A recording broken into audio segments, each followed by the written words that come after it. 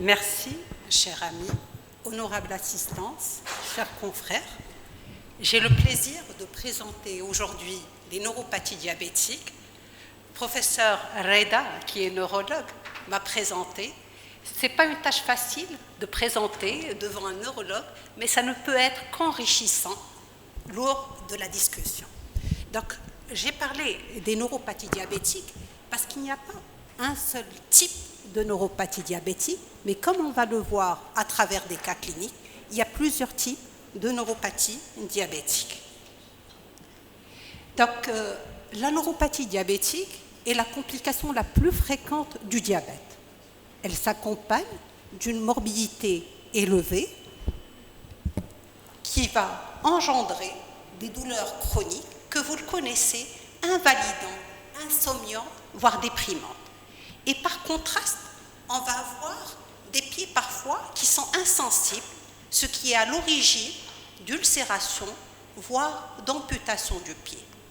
Ajouté à cela, nous avons une augmentation de la mortalité, essentiellement due à la neuropathie végétative, cardiovasculaire. Mais le grand problème de la neuropathie diabétique, c'est qu'il y a un retard diagnostique et du coup, un retard de la prise en charge. Pourquoi il y a ce retard diagnostique? Parce que les malades en général peuvent avoir des pieds insensibles, donc ne vont pas consulter, et par ailleurs, parce qu'il n'y a pas de stratégie de dépistage. À la différence de la rétinopathie, on fait régulièrement des fonds d'œil.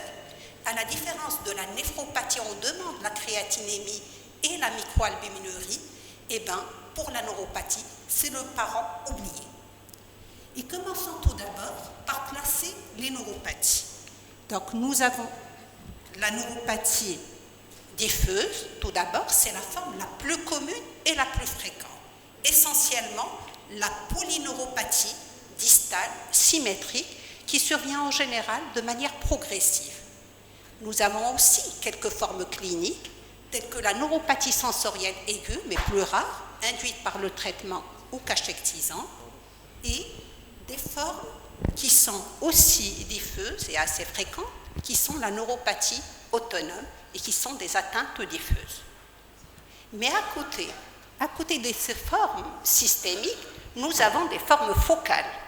Parmi les formes focales, nous avons l'atteinte des paires crâniennes, nous avons des atteintes des nerfs des membres supérieurs, des nerfs des membres inférieurs et des neuropathies par compression ou piégeage, telles que le syndrome du canal carpien. Et encore plus rare, on peut avoir, cette fois-ci, une atteinte non pas du tronc nerveux, mais de la racine ou du plexus, la plus communément connue est la radiculoplexopathie lombosacrée. Donc, passons maintenant à quelques données épidémiologiques. Là, c'est une étude que j'ai pu mener avec une thésard sur des malades ayant consulté au service d'endocrinologie de l'hôpital militaire de Meknès sur 116 patients. Eh bien, ce qu'on a pu retrouver, c'est que, effectivement, en se basant sur le score de Michigan, clinique et à l'interrogatoire, que la prévalence de la polyneuropathie est à peu près de 50% chez nos patients diabétiques. Pour la neuropathie autonome, et en se basant uniquement sur l'interrogatoire et la clinique, et après avoir éliminé certaines causes secondaires, elle est à 43%. Pour la mononeuropathie, la prévalence était de 6% dans notre population, et pour la plexopathie, encore plus rare, de 2%. Maintenant, au cours de cette étude, nous avons essayé de voir aussi la prévalence de la neuropathie douloureuse. Et cette fois-ci, on s'est basé sur le score DN4. Eh bien, lorsque le score est supérieur ou égal à 4, on retrouve une prévalence de la neuropathie douloureuse dans 36% des cas. Qu'en est-il des facteurs de risque? Eh bien, pour les facteurs de risque, nous avons l'âge avancé, la durée du diabète, la taille. Nous avons aussi des facteurs de risque qui sont modifiables, tels que le mauvais équilibre glycémique, mais des facteurs de risque cardiovasculaires qui sont fortement incriminés, tels que l'obésité particulièrement abdominale, la dyslipidémie, l'HTA et le tabac. Et bien, dans notre étude, vous pouvez voir avec moi que dans notre étude, nous avons trouvé là aussi que les patients qui présentaient une neuropathie étaient plus âgés, étaient plus de sexe féminin, avaient une durée du diabète plus allongée et étaient plus obèses. L'équilibre glycémique, par contre, ne comptait pas et les autres facteurs de risque ont trouvé essentiellement l'HTA, la dyslipidémie, qui était plus fréquemment retrouvée chez les patients avec neuropathie diabétique dans cette série. Et en analyse multivariée, on retenait essentiellement le sexe féminin et la durée du diabète. Donc, comment expliquer que ces facteurs de risque peuvent induire une neuropathie et comment l'expliquer? Eh bien, si au cours du diabète de type 1, c'est l'hyperglycémie qui est fortement incriminée, de même que la carence en insuline, pour le diabète de type 2, c'est surtout et aussi les facteurs de risque cardiovasculaires. En effet, la dyslipidémie et l'obésité abdominale par l'augmentation des acides gras va entraîner une perturbation des messages postcellulaires avec des signaux inflammatoires et surtout une perturbation du transport énergétique, une perturbation mitochondriale. Du coup, nous allons avoir des dommages cellulaires. Et parmi ces dommages cellulaires, il faut retenir qu'en premier, c'est l'atteinte axonale qui est concernée. Et ce n'est qu'à des stades un peu plus évolués que nous avons l'atteinte de la cellule de Schwann avec une atteinte démyélisante dans des formes sévères ou plus graves. Et c'est essentiellement une atteinte sensitive, donc postérieure, beaucoup plus qu'une atteinte des motoneurones. Ce qui est aussi très important à retenir, c'est le type d'atteinte, le type de fibre atteinte. En effet, dans la neuropathie diabétique, il faut faire très attention, c'est essentiellement une atteinte des petites fibres qui est la plus précoce. Par la suite, nous avons une atteinte des grosses fibres, quoiqu'on peut avoir des schémas non stéréotypés. Pour l'atteinte des petites fibres, surtout amyéliniques, c'est surtout la nociception et la sensation de chaleur, donc au chaud. Pour les fibres qui sont faiblement myélinisées à θ, c'est aussi la sensibilité nociceptrice et le froid. Et donc, si on veut diagnostiquer précocement une neuropathie chez des patients diabétiques, il faudra plutôt se baser en premier sur la nociception, donc l'épreuve de l'épingle ou du cure-dent, et la température, tout particulièrement le froid, avec un métal froid. Donc, par la suite, on a le développement de l'atteinte des grosses fibres, et à ce moment-là, on a donc essentiellement une atteinte des fibres A-bêta avec une atteinte de la vibration, de la sensibilité vibratoire. Et donc, précocement, lorsqu'on a une atteinte des grosses fibres, c'est le diapason qui est altéré. Donc, puis, nous avons la réflexie ostéotendineuse qui est aussi l'une des atteintes précoces lors de l'atteinte des grosses fibres, et le monofilament qui vient un peu plus tardivement et qui, donc, là aussi atteste d'une atteinte des grosses fibres, mais il est plus prédicteur du risque d'ulcération ou d'amputation chez le pied diabétique. Et l'atteinte motrice, comme vous le voyez, elle est beaucoup plus tardive, d'où la prédominance sensitive chez nos patients diabétiques. Et vous voyez sur ce graphique qu'au début, comme on a une atteinte des petites fibres, nous avons une douleur, l'allodynie, l'éparesthésie qui s'installe parce qu'à chaque fois qu'on a une petite altération ou des lésions axonales des fibres nerveuses, plus on va avoir ces poussées douloureuses. Et plus le nerf va s'appauvrir, vous voyez, il est déshabité, plus on va avoir plutôt des signes négatifs, une hypoesthésie, un engourdissement. Et vous voyez que l'atteinte, la réflexie est l'un des signes précoces, suivi par l'atteinte vibratoire, suivi par la perte donc, de la sensibilité au monofilament qui est un peu plus tardive. Et là, donc, je vais commencer par quelques cas cliniques pour illustrer cela. C'est une femme donc, de 65 ans qui, comme vous le voyez, elle n'est pas diabétique. Elle présente uniquement un syndrome métabolique. Elle est hypertendue, dyslipidémie qui est obèse. Et elle présente des signes d'atteinte de petites fibres, puisque vous avez des sensations de brûlure, de picotement. Mais aussi, on a une atteinte des grosses fibres, puisqu'on a l'engourdissement des pieds et qui s'est installé de façon progressive. Donc, l'atteinte des petites et des grosses fibres. Et ces douleurs s'accentuent la nuit, donc c'est des douleurs nocturnes, avec le contact du drap dans le lit qui est douloureux, c'est l'allodynie, et donc c'est les signes typiques de la douleur neuropathique. À l'examen clinique, vous voyez, on a l'hypoesthésie algique, la nociception, tactile, donc distale jusqu'au mi-mollet, l'hypoesthésie vibratoire qui signe l'atteinte des grosses fibres. La motricité, par contre, est normale et les réflexies, particulièrement des réflexes ostéotendino-achilléens, est anormale. Chez cette malade qui n'était pas connue diabétique, un bilan de débrouillage pour exclure certains diagnostics différentiels a été demandé. Tout particulièrement, on a recherché une hypothyroïdie, une insuffisance rénale, une carence en vitamine B12. Le bilan était normal, la glycémie à jeun était normale, mais on a retrouvé une hémoglobine avec un prédiabète. Donc, soyez très vigilants. La neuropathie peut atteindre des personnes avec une intolérance aux hydrates de carbone. Et parfois, il faudra recommander une hyperglycémie provoquée par voie orale pour dépister ces malades qui ont une neuropathie et qui vous disent « mais mon médecin, moi je n'ai pas de diabète et pourtant j'ai vraiment très mal, ça ne peut pas être le diabète, c'est autre chose. Pensez à notre diagnostic. » Ils ne croient pas que c'est en fait la neuropathie diabétique. En fait, même le syndrome métabolique peut engendrer des douleurs métaboliques par le mécanisme physiopathologique que je vous ai montré tout à l'heure. Donc, la polyneuropathie diabétique distale symétrique est en fait la forme la plus commune et la plus fréquente. C'est une symptomatologie, comme vous pouvez le voir, qui est bilatérale, qui est symétrique, qui est ascendante, à prédominance sensitive et progressive dans la forme la plus commune. Et là, pas besoin pour aller vers les examens complémentaires comme nous allons le voir. Elle est souvent associée à des signes de dysotonie, voire peut se compliquer par des troubles trophiques.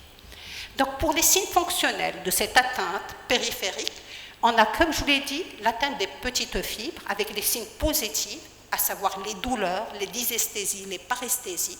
Et lorsqu'on a l'atteinte des grosses fibres, on a plutôt les signes négatifs avec l'engourdissement, picotement mais sans douleur, l'hypoesthésie, l'anesthésie, voire plus tard, troubles de l'équilibre et plus tardivement, les formes très évoluées, l'atteinte motrice.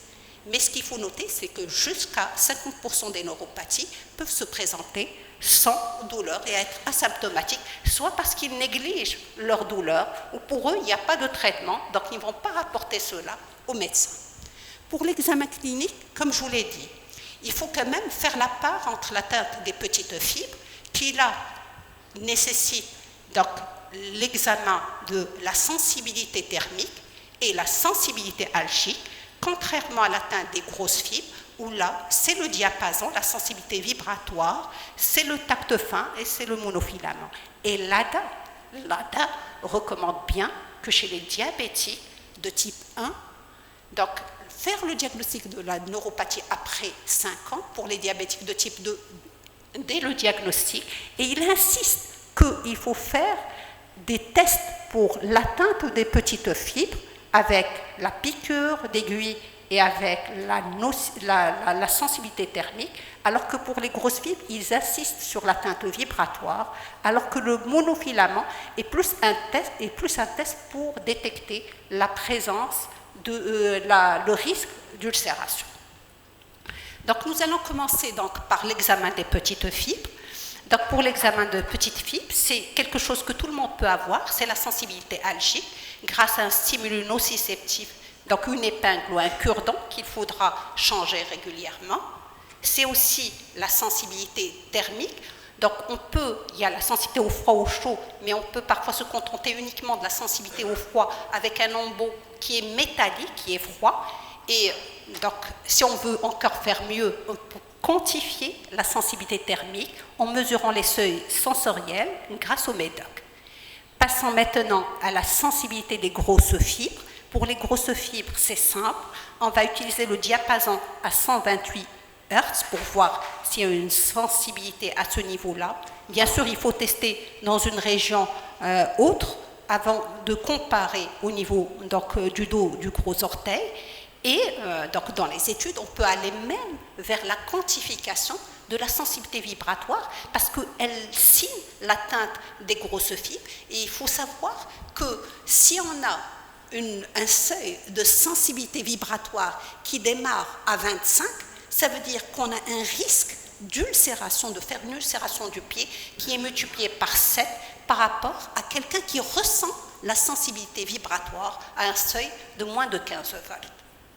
Associé à cela, pour les grosses fibres, on va aller vers l'examen des réflexes ostéotendineux, et c'est surtout les réflexes ostéotendineux achilléens, la proprioception, le sens de position des orteils, le signe de Romberg. Donc tout cela sont des signes d'atteinte de fibres, de grosses fibres. On a bien sûr le monofilament, le fameux monofilament, mais la technicité doit être correcte, le fil doit être courbé comme vous le voyez ici, et les sites à privilégier sont, comme vous le voyez, sur cette photo, et bien sûr, on doit changer assez régulièrement, là aussi le monofilament, parce qu'il peut s'user, et là c'est un bon examen pour évaluer le risque d'ulcération du pied diabétique. En effet, il y a le risque d'ulcération au cours du pied diabétique. Donc, c'est une complication, surtout au niveau des zones d'hyperpression, et plus rarement, comme complication, on peut aussi avoir le pied de Charcot. Donc, maintenant qu'on a vu l'examen qui est basé essentiellement sur l'interrogatoire et sur l'examen clinique, comment peut-on maintenant dire que le patient a une neuropathie? En fait, il n'y a pas de consensus universel pour dire que ce malade, sur ses symptômes, a une neuropathie. Il y a plutôt des scores. Et parmi les scores les plus utilisés en clinique, c'est le score de Michigan. En effet, le score de Michigan se base sur l'interrogatoire et c'est l'examen clinique, et c'est celui qu'on a utilisé au cours de notre étude. Donc le score de Michigan, sur l'interrogatoire, on a 15 questions, et on dit qu'on a une atteinte neurologique lorsqu'on a 7 réponses positives sur 15. Il y a l'examen clinique, il est dit positif lorsqu'on a 2,5 réponses positives sur 5. On a aussi des scores pour dire qu'on a une neuropathie douloureuse. Le plus connu, parce qu'il y a plusieurs scores, est le score DN4. Et c'est à partir d'un score supérieur au 4 de DN4 qu'on peut parler de neuropathie douloureuse. Et comme vous le voyez, on a 4 questions avec 10 items que le malade, qu'on interroge le malade et on peut établir la neuropathie, la prévalence de la neuropathie douloureuse. On a aussi l'échelle visuelle analogique de la douleur pour pouvoir suivre le malade. Lorsqu'on lui donne un traitement, on va voir est-ce que sa douleur va diminuer et pouvoir l'estimer sur cette échelle visuelle analogique. Donc, toutefois, malgré que l'examen, le diagnostic de la neuropathie diabétique reste un diagnostic clinique basé sur l'interrogatoire et l'examen clinique, il reste toutefois un diagnostic d'exclusion. Et donc, il ne faut pas le confondre avec les autres types de douleurs, tout particulièrement les douleurs non neuropathiques, à savoir les douleurs, par exemple, articulaires, vasculaires, veineuses, la goutte. Et donc, la douleur neuropathique est quand même assez particulière. L'examen neurologique est perturbé, à la différence des douleurs non neuropathiques où l'examen neurologique est normal. Et la douleur est plutôt à ce niveau-là mécanique ou inflammatoire, et elle est plutôt sensible aux antalgiques usuels. Donc il faut faire cette part des choses.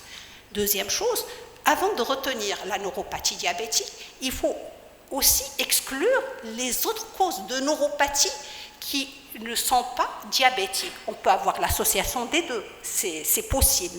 Et donc, par l'interrogatoire uniquement, on peut éliminer la prise de toxiques, la prise de métaux lourds et la prise de drogue. Et puis, on peut éliminer les causes métaboliques, telles que l'hypothyroïdie, telles qu'une insuffisance rénale, une atteinte hépatique, des causes carentielles, telles que la carence en vitamine B12 et en vitamine B1.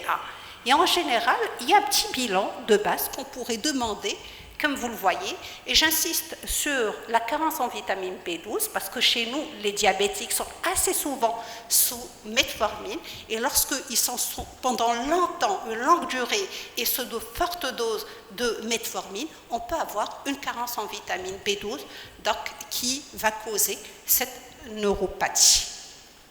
Donc, comme on l'a vu, la neuropathie était essentiellement une neuropathie établie sur des examens cliniques. Quand est-ce qu'on va avoir recours à l'électroneuromyogramme? Eh bien, on va avoir recours à cet examen dans les formes atypiques, lorsque la teinte n'est pas distale symétrique. Au contraire, elle est asymétrique, elle est proximale. Le début n'est pas progressif. À ce moment-là, on pourra céder de cet examen. La teinte est plutôt axonale, donc on aura une diminution des amplitudes. Un stade plus avancé, elle sera démisante, donc on aura une réduction des vitesses de conduction. Mais l'électromyogramme n'explore que les grosses fibres et peut être totalement normal chez un patient diabétique, parce qu'il ne va explorer que les grosses fibres. Or, on peut avoir des patients diabétiques avec une atteinte uniquement des petites fibres.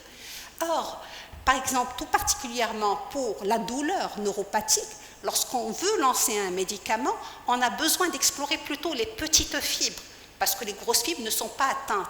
Et on doit quantifier est-ce que ce médicament est efficace ou pas, et donc on doit quantifier l'atteinte des petites fibres. Et donc pour la recherche, l'examen de référence est la biopsie cutanée qui va permettre d'évaluer la densité. Là, vous voyez, on a vraiment un vide de petites fibres, et donc on va sous traitement voir s'il y a une régénération des petites fibres. Quand même, ça reste un examen invasif, et pour la recherche clinique, un examen moins invasif qui est la microscopie donc, de la cornée, qui, comme vous le voyez ici, peut étudier la densité des petites fibres et voir, expérimenter les médicaments pour voir s'il y a une récupération sous, par exemple, un traitement expérimental. Donc on arrive maintenant au traitement, et le traitement, c'est le contrôle glycémique. Mais comme on l'a vu tout à l'heure, il faut faire attention là aussi qu'il n'y ait pas une chute brutale, parce qu'il peut y avoir une aggravation de la neuropathie. Il faut traiter les facteurs de risque, éduquer le patient, et bien sûr traiter la neuropathie douloureuse. Vous voyez avec moi, sur ces graphiques, ce que fait le contrôle glycémique. Un bon contrôle glycémique dans l'étude des cécités a permis la réduction, mais vraiment draconienne, de la neuropathie diabétique. Aussi bien pour le score Michigan symptômes que pour les signes cliniques du score Michigan. Donc l'équilibre glycémique est très important. Encore faut-il que la baisse ne soit pas draconienne d'un seul coup, parce qu'on a des neuropathies induites par un traitement hypoglycémiant, et plus la baisse est importante, vous voyez ici une baisse de 7%, plus l'étendue de la neuropathie va être importante.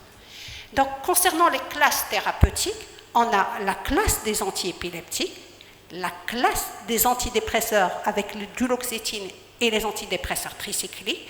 Par contre, les opiacés ne sont pas recommandés parce qu'il y a un risque d'addiction avec les opiacés, et localement, on peut appliquer des patchs de capsaïe. Donc, pour les médications, les deux premières classes ici sont les plus recommandées. Donc, ce qu'il faut savoir, c'est qu'on doit être à la bonne dose, mais commencer toujours progressivement avec des doses faibles pour atteindre des doses efficaces ou tolérées maximales.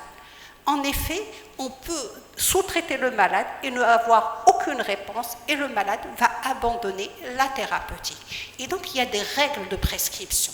Pour les règles de prescription, l'initiation du traitement doit se faire à faible dose, puis augmentation des posologies par palier selon la tolérance et l'efficacité. La durée du traitement est de au moins 6 mois. Et après 6 mois, on va penser à la dégression progressive et bien sûr traiter les troubles associés. Et là, c'est un algorithme que je vous présente. Donc, on a les anticonvulsivants qu'on peut donner en primo-traitement avec la prégabaline qui a l'approbation de la FDA. Donc, les antidépresseurs avec le inhibiteur de la recapture de la sérotonine, noradrénaline, avec le duloxétine qui a là aussi l'approbation de la FDA, les antidépresseurs tricycliques et les patchs. Donc, c'est surtout ces deux premières classes, d'accord? Et on juge l'efficacité. Si on juge l'efficacité sur les échelles de douleur, si le malade s'améliore, qu'il y a une amélioration, mais que cette amélioration est partielle, on peut envisager la bithérapie. Par contre, s'il n'y a pas d'efficacité, on va changer carrément d'une classe vers une autre classe ou vice-versa. D'accord? Et ce n'est qu'à un stade avancé, si malgré cela, malgré une bithérapie ou un changement, on n'a pas d'amélioration, qu'on peut éventuellement orienter le malade vers des cliniques spécialisées de la douleur. Donc nous allons passer maintenant rapidement au deuxième malade, qui est un homme de 50 ans, diabétique, qui a une neuropathie périphérique. Donc c'est une neuropathie végétative, puisqu'il a l'hypotension, puisqu'il a des troubles digestifs, des troubles de la sudation, dysfonctionnement érectile, des tests d'évaluation cardiaque et de la fonction sudoromotrice ont été appliqués et sont altérés. Donc, il s'agit bien d'une neuropathie végétative qui accompagne la neuropathie périphérique distale symétrique. Donc, ce qu'il faut savoir, que cette neuropathie autonome diabétique est souvent associée à une atteinte des petites fibres, que l'exploration doit être adaptée au type d'atteinte du système nerveux autonome et qu'elle relève de traitements symptomatiques spécifiques en fonction du type d'atteinte qu'on a. Donc nous avons ici différents types d'atteintes et donc avant-hier on a eu une présentation sur la neuropathie autonome cardiaque et donc je ne vais pas m'étendre sur ces tests. On a les tests pour la sudoromotricité. Donc on peut évaluer simplement par ce tampon adhésif qui doit virer du bleu au rose en 10 minutes pour évaluer si la fonction sudoromotrice est normale et de façon plus quantitative avec le sudoscan. Donc en fonction du type d'atteinte, sudomotrice, cardiaque, digestif, le traitement sera adapté. Donc je vais passer maintenant rapidement vers l'atteinte plutôt des troncs nerveux, la mononeuropathie. Et là, c'est un patient que j'ai vu concomitamment avec le service de neurologie qui avait une paralysie du 3. Comme vous le voyez, on a une limitation dans le regard vers le haut, une limitation dans le regard vers le bas et une limitation, comme vous le voyez, là, l'œil est bien dévié à ce niveau alors qu'il n'est pas dévié de ce côté-là. Donc, il s'agit donc d'une atteinte du 3 dans une forme qui est incomplète. Et chez ce malade, après un bon équilibre glycémique, chez ce malade, on a ajouté quand même un peu de corticothérapie, mais avec un bon équilibre glycémique, on a eu une récupération au bout de 2-3 mois. Pour le même malade, donc on a une atteinte du 3, mais cette fois-ci en plus, on a un ptosis de l'œil. Et voyez avec moi, là aussi, on a une diplopie horizontale, des douleurs périorbitaires et une paralysie, comme vous le voyez là, du droit interne. Donc, la neuropathie autonome, la mononeuropathie, quoi qu'elle soit une complication peu fréquente, peut se voir chez le patient diabétique. Elle intéresse donc là, pour les paralysies oculomotrices, essentiellement le 3, mais elle peut intéresser d'autres nerfs.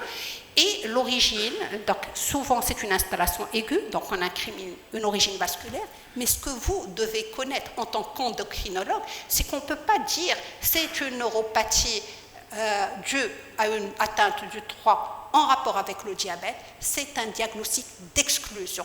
Il faut impérativement faire une imagerie pour éliminer une cause tumorale locale ou une cause vasculaire anévrismale avant de retenir le diagnostic de neuropathie diabétique. Le traitement, comme vous le voyez, c'est essentiellement l'équilibre glycémique. On a parfois recours aux anti-inflammatoires, voire aux corticoïdes, mais parfois on n'a même pas besoin de corticothérapie ou à d'autres thérapeutiques, et en général, l'évolution est favorable. Enfin, je vais terminer par le dernier cas, qui cette fois-ci montre un autre aspect de la neuropathie diabétique, qui est la radiculoplexopathie.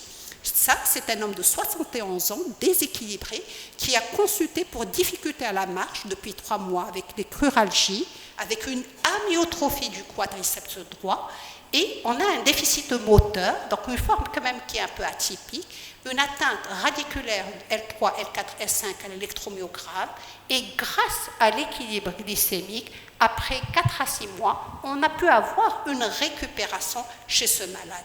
Donc on a une atteinte radiculoplexique diabétique chez ce patient, mais là aussi, retenez avec moi, en tant qu'endocrinologue, on ne doit pas dire que c'est une radiculoplexopathie en rapport avec le diabète. Et l'important, c'est d'exclure les causes organiques en premier une cause tumorale compressive, une discopathie, et donc il est impératif chez ces malades, malgré cette radiculoplastie, plexopathie, de demander l'IRM, de faire une ponction lombaire pour éliminer une cause compressive avant de dire que c'est une neuropathie diabétique, et donc c'est bien un diagnostic d'exclusion. Donc pour conclure, je dirais que la neuropathie diabétique est une atteinte fréquente, que la neuropathie périphérique diabétique constitue la part de lion, représentant plus de 3/4 des atteintes, que le diagnostic est un diagnostic clinique basé sur l'interrogatoire et sur l'examen clinique. Mais attention, ne passez pas à côté des diagnostics différentiels, c'est un diagnostic d'exclusion. Et par la suite, il faut penser que lorsqu'on fait le dépistage, ne pas se limiter au monofilament, parce que c'est plus l'atteinte des petites fibres qui débutent. Et donc, il faut faire un examen orienté aussi vers l'atteinte des petites fibres pour espérer prévenir grâce à une bonne éducation.